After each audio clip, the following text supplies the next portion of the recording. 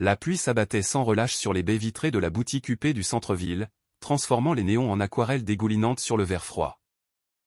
Julian Vance, immobile, se tenait devant un mannequin drapé de soie émeraude, observant son reflet se superposer à l'étoffe avec un calme presque surnaturel qui contrastait fortement avec la tempête qui faisait rage dehors.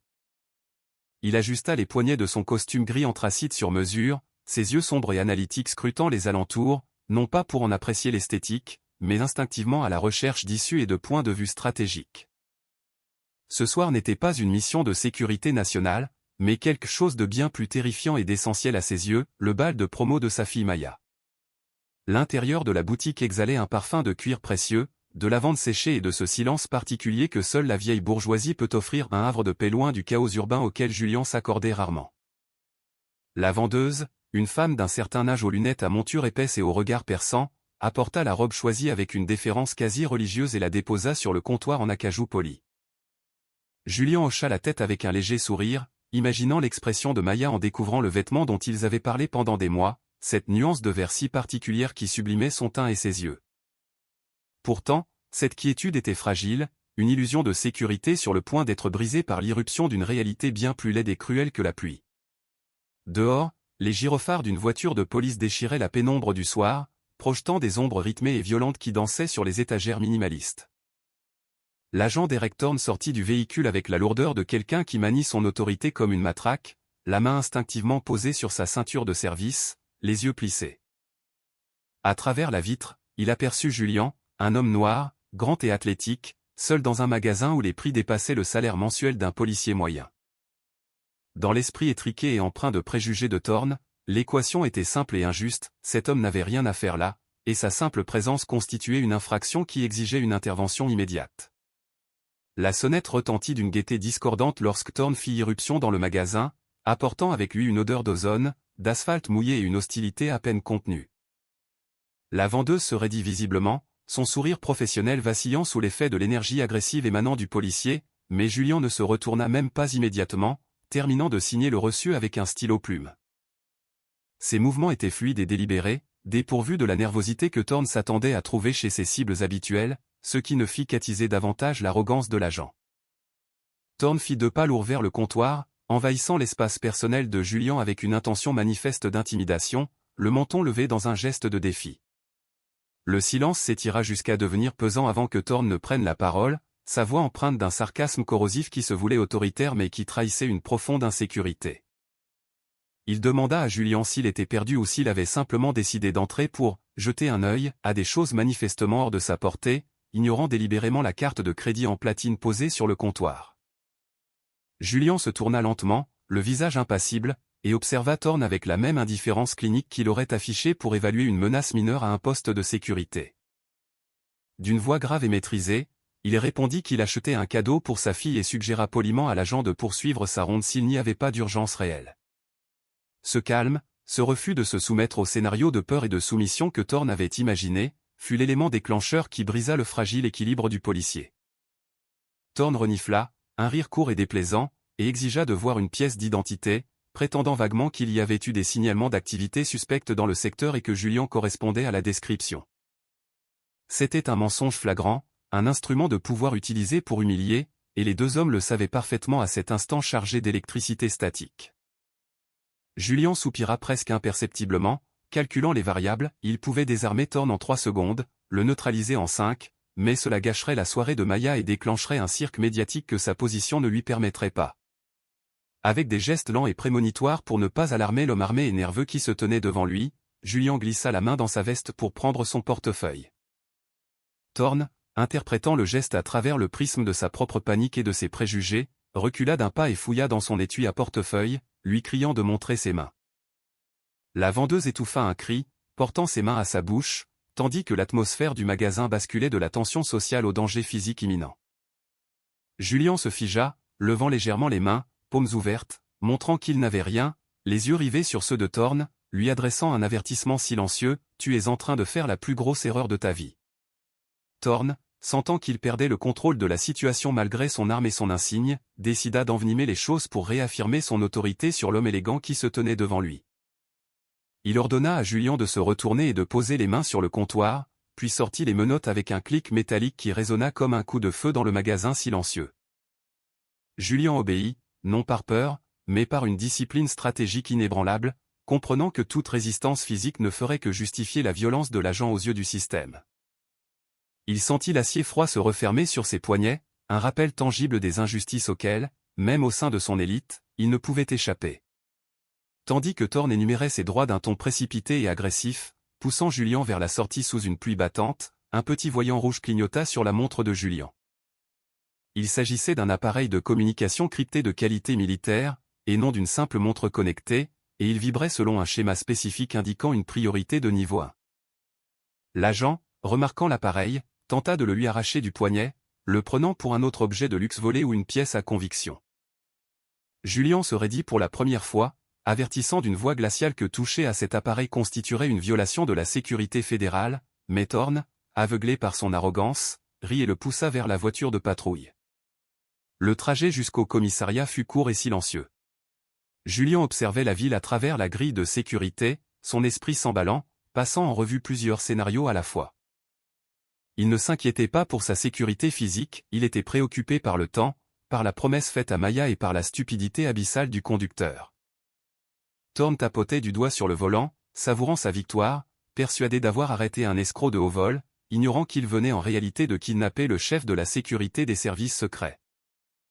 La pluie continuait de tomber, inondant les rues mais incapable d'effacer la tache de corruption morale qui imprégnait le siège avant de la voiture de police. En arrivant au commissariat, l'atmosphère était empreinte d'une routine bureaucratique morne, rythmée par les sonneries de téléphone et le bourdonnement incessant des néons. Thorne fit défiler Julien dans la pièce principale, le bousculant inutilement pour exhiber son « trophée » à ses collègues, en quête d'approbation et de reconnaissance. Quelques agents levèrent les yeux, leur regard passant du costume impeccable de Julien aux menottes, affichant un mélange de curiosité et d'ennui cynique. Thorne le conduisit dans une salle d'interrogatoire, l'installa sur une chaise métallique boulonnée au sol et se pencha sur la table, prêt à savourer le plaisir de détruire la dignité de cet homme qui l'irritait tant. Cependant, avant même que Thorne n'ait pu poser sa première question compromettante, un bruit étrange commença à emplir le commissariat, un bourdonnement sourd qui gagnait en intensité. Ce n'était pas le bruit habituel de la rue, mais le rugissement caractéristique et synchronisé de moteurs puissants approchant du bâtiment avec une urgence menaçante. Les vitres de la salle d'interrogatoire tremblèrent légèrement et Julien, pour la première fois depuis qu'il avait quitté le magasin, laissa échapper un petit sourire, froid et tranchant comme un scalpel, au coin de ses lèvres. Il regarda Thorne droit dans les yeux et lui dit d'un ton calme que ses renforts étaient arrivés et qu'il espérait que l'agent avait un bon avocat syndical. La porte principale du commissariat s'ouvrit brusquement, non pas violemment, mais avec l'autorité absolue de quelqu'un qui règne en maître sur les lieux. Une équipe de 6 hommes et femmes en costume sombre, casques sur les oreilles et dégageant une présence menaçante, envahit le hall, se déplaçant avec une précision chorégraphiée qui paralysa les policiers locaux. Au centre du groupe, une femme aux cheveux gris et au regard d'acier, la directrice régionale, s'avança vers le comptoir du sergent de service, exhibant une carte d'identité qui le fit pâlir. Elle exigea la libération immédiate de l'agent spécial Vance et l'arrestation de l'officier responsable de l'entrave à une opération fédérale. Dans la salle d'interrogatoire, la confusion de Thorne se mua en une terreur glaciale et lente lorsque la porte s'ouvrit et que son capitaine entra, pâle et en sueur, suivi de la femme en tailleur sombre. Le capitaine ne jeta même pas un regard à Thorne, toute son attention était rivée sur Julien, qu'il adressa avec une déférence tremblante, ordonnant à Thorne de retirer immédiatement les menottes. Thorne, les mains tremblantes et l'esprit incapable de saisir le bouleversement sismique de la hiérarchie, chercha ses clés à tâtons, mettant une éternité à trouver la bonne serrure. Les menottes tombèrent, Julien se frotta les poignets, se leva et sembla grandir d'une trentaine de centimètres, retrouvant instantanément son aura d'autorité. Julien ignora le capitaine et Thorne, s'adressant directement à son supérieur. Ils échangèrent des informations codées concernant le statut du « colis important », le dignitaire étranger dont il coordonnait la sécurité. Il s'avéra que, durant sa détention, une menace crédible avait émergé et que son absence du centre de commandement avait créé une vulnérabilité critique de 30 minutes. Il se tourna ensuite vers Thorne, qui semblait désormais recroquevillé, tel un enfant pris au piège d'un jeu d'adulte qu'il ne comprenait pas. Julien ne cria pas, ne l'insulta pas, il se contenta de se pencher vers lui et de lui dire calmement que le véritable pouvoir ne consiste pas à intimider les innocents. mais à avoir la capacité de les détruire et à choisir de ne pas le faire, une leçon que Thorne aurait tout le loisir de méditer pendant son chômage. Le départ de Julian du commissariat fut une démonstration silencieuse de sa revanche. Entouré de son équipe, il observait les policiers locaux, partagés entre gêne et stupéfaction. La voiture blindée l'attendait, moteur vrombissant, une masse noire dans la pluie qui commençait à faiblir. Avant de monter à bord et de se jeter dans la crise internationale qu'il allait résoudre, Julian donna un ordre bref à l'un de ses agents, récupérer la robe dans le magasin. La mission de sécurité était cruciale, mais sa promesse à Maya était sacrée, et Julian Vance était un homme de parole, quels que soient les obstacles que le monde dressait sur son chemin. Quelques heures plus tard, la crise était maîtrisée grâce à l'intervention stratégique de Julian, qui avait coordonné les mouvements défensifs depuis la banquette arrière de sa voiture en marche. Le monde continuait de tourner, indifférent au chaos qu'il avait frôlé, mais pour Julian, le véritable dénouement de la nuit restait à venir. Il arriva à la maison juste au moment où Maya finissait de se coiffer, son anxiété perceptible dans le coup d'œil qu'elle jetait à l'horloge. Quand Julian entra, sa vêtement à la main et l'air frais malgré l'enfer des dernières heures, le visage de sa fille s'illumina d'une joie qui chassa toute sa fatigue. Maya ouvrit l'étui et la robe émeraude s'en échappa comme une cascade de lumière liquide, parfaite et immaculée, sans la moindre trace de la souillure morale laissée par sa rencontre avec Thorne.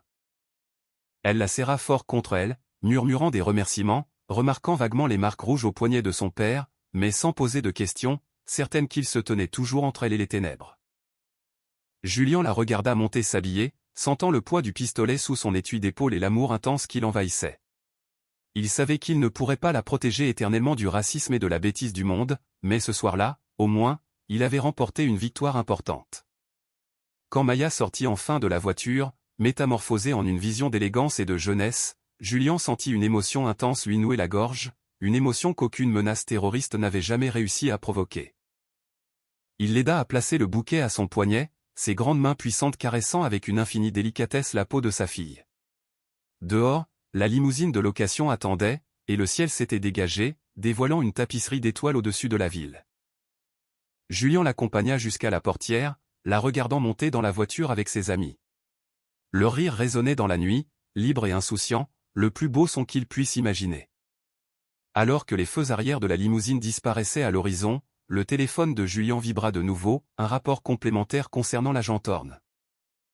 Une enquête des affaires internes, déclenchée par les pressions fédérales, avait été ouverte, et les images de la caméra corporelle avaient été saisies comme preuve irréfutable de faute professionnelle et de profilage racial. Julian effaça le message sans répondre, son esprit déjà remis en mode opérationnel, mais s'accordant un instant de satisfaction. La justice était un plat complexe, souvent servi froid et tard, mais lorsqu'elle arrivait enfin, son goût était indéniablement doux. Julian se tenait seul sur le perron, respirant la fraîcheur du soir, ajustant ses boutons de manchette tandis que l'adrénaline de la journée retombait. Il pensa à Thorne, à la fragilité de l'ego masculin qui a besoin de se soumettre pour se sentir légitime, puis à Maya, à sa force et à son avenir prometteur. Le monde était plein de dangers, d'hommes mesquins aux grandes ombres, mais tant qu'il respirerait, il y avait une limite qu'il ne franchirait pas. Il se retourna et entra, refermant la porte d'un geste ferme, gardien silencieux dans un monde bruyant, prêt à affronter ce que demain lui réservait.